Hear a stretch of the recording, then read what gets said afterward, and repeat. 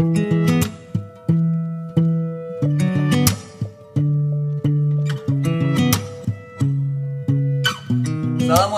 warahmatullahi wabarakatuh. Kembali lagi bersama saya Adam Ilyasin di Adam History.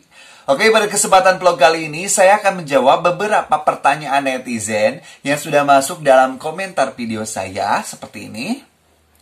Nah, mereka bertanya mengenai bagaimanakah konsekuensi ketika hubungan itu dibangun tapi dalam perbedaan keyakinan. Mungkin sekarang memang sedang viral banget, apalagi di aplikasi TikTok. Banyak sekali video yang menunjukkan relationship, adanya hubungan tetapi mereka berbeda keyakinan. Yang satu memiliki keyakinan beragama Islam dan yang lainnya malah beragama Kristen. Ataupun mungkin sebaliknya. Nah, apakah konsekuensi yang akan diterima oleh mereka ketika mereka membangun sebuah hubungan relationship tetapi dalam perbedaan keyakinan? Maka setelah saya meneliti beberapa kasus, ada 3 konsekuensi yang harus dialami oleh orang-orang yang melakukan hubungan atau relationship tetapi dalam perbedaan keyakinan. Yang pertama, konsekuensi yang harus diterima adalah mereka harus siap. Salah satu di antara mereka harus ikut keyakinan pasangannya. Dan artian ketika mungkin kita itu memiliki seorang pacar. Nah, pacarnya ini berbeda keyakinan. Maka kalau tidak pacarnya ikut keyakinan kita, maka kita nantinya yang ikut keyakinan dia. Seperti itu. Jadi, karena memang dalam Islam saya tekankan kembali tidak diperbolehkan pernikahan berbeda agama. Dalam artian kalau ada seorang Muslim ingin punya pacar seorang Kristiani, maka orang Kristiani itu harus masuk Islam. Baru bisalah melakukan akad pernikahan.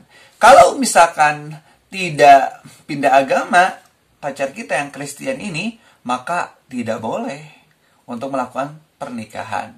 Makanya kita kalau misalkan punya pacar yang yang non-muslim, yang nonis, maka kita doa kepada Allah atau juga kita meminta kepada keluarganya agar si dia bisa masuk Islam, ya. Doa aja yang banyak. Oke, konsekuensi yang kedua adalah ketika misalkan salah satu di antara pasangan itu tidak ada yang mau berpindah keyakinan, maka masuk dalam konsekuensi kedua. Hubungan harus berakhir. Ya. Ini mungkin sangat menyakitkan sekali opsi kedua ini karena memang seperti itu. Tidak boleh ada hubungan yang dibangun dalam perbedaan keyakinan. Karena segala sesuatu yang berkaitan dengan pernikahan itu kan diatur dalam agama. Agama Islam punya aturan sendiri dan agama Kristen pun seperti itu. Agama Buddha punya aturan sendiri. Jadi, kalau misalkan dalam masa pernikahan, ya seorang muslim itu harus menikah dengan seorang muslimah. Muslimah harus menikah dengan seorang muslim. Kalau tidak mau, si orang yang berbeda keyakinan ini untuk masuk Islam, hubungan break. Hubungan selesai. Nah, itu konsekuensi yang kedua. Mungkin konsekuensi ini berat sekali ya. Oke, konsekuensi ketiga. Konsekuensi ketiga adalah apabila misalkan mereka kekeh-kumekeh, tidak mau berpisah padahal mereka beda keyakinan, lalu mereka memaksakan diri untuk hidup bersama, maka selamanya ia ada dalam dosa perzinahan. Karena walaupun misalkan mereka datang ke luar negeri lalu menikah beda agama, karena dalam agama Islam pernikahan itu tidak sah, maka apapun yang mereka lakukan hubungan suami istri itu ya mereka ada dalam perzinahan. Seperti itu. Mereka ada dalam kondisi berdosa. Ketika mereka berdua terus maka mereka berdosa. Ketika mereka melakukan pasutri itu adalah dosa. Segala sesuatu yang dilakukan bersamanya akan menjadi dosa. Mengapa? Karena mereka dalam agama Islam tidak menikah. Karena mereka beda keyakinan. Konsekuensi ketiga juga ini konsekuensi yang sangat berat. Jadi mau pilih yang mana konsekuensinya ya? Menurut saya ya konsekuensinya yang pertama lebih baiknya kita seorang yang mau menikah seorang muslim atau seorang muslimah, maka orang itu harus menjadi muslim juga atau menjadi muslimah juga, seperti itu. Sebenarnya ada di zaman Rasulullah SAW juga, di mana salah satu dari mantu Rasulullah SAW tadinya itu bukan seorang muslim. Sebelum Rasulullah SAW diutus menjadi rasul, anaknya, putrinya itu menikah dengan seorang non-muslim.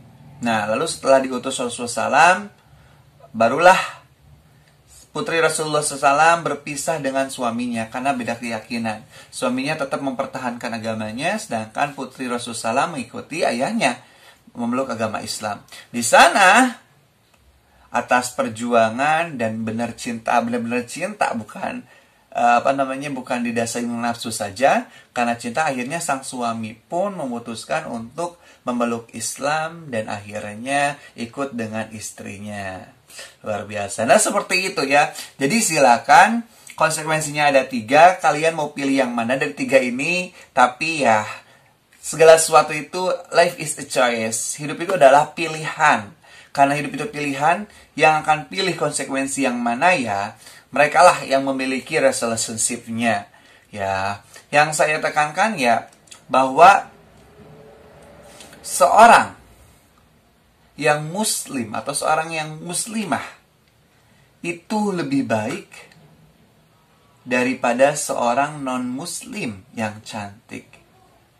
Jadi seorang yang muslim atau muslimah walaupun wajahnya itu sangat minim, kurang cantik atau kurang ganteng, itu lebih baik kita menikah dengan dia daripada menikahi seorang non-muslim yang cantik, yang memiliki kekayaan. Ya, seperti itu.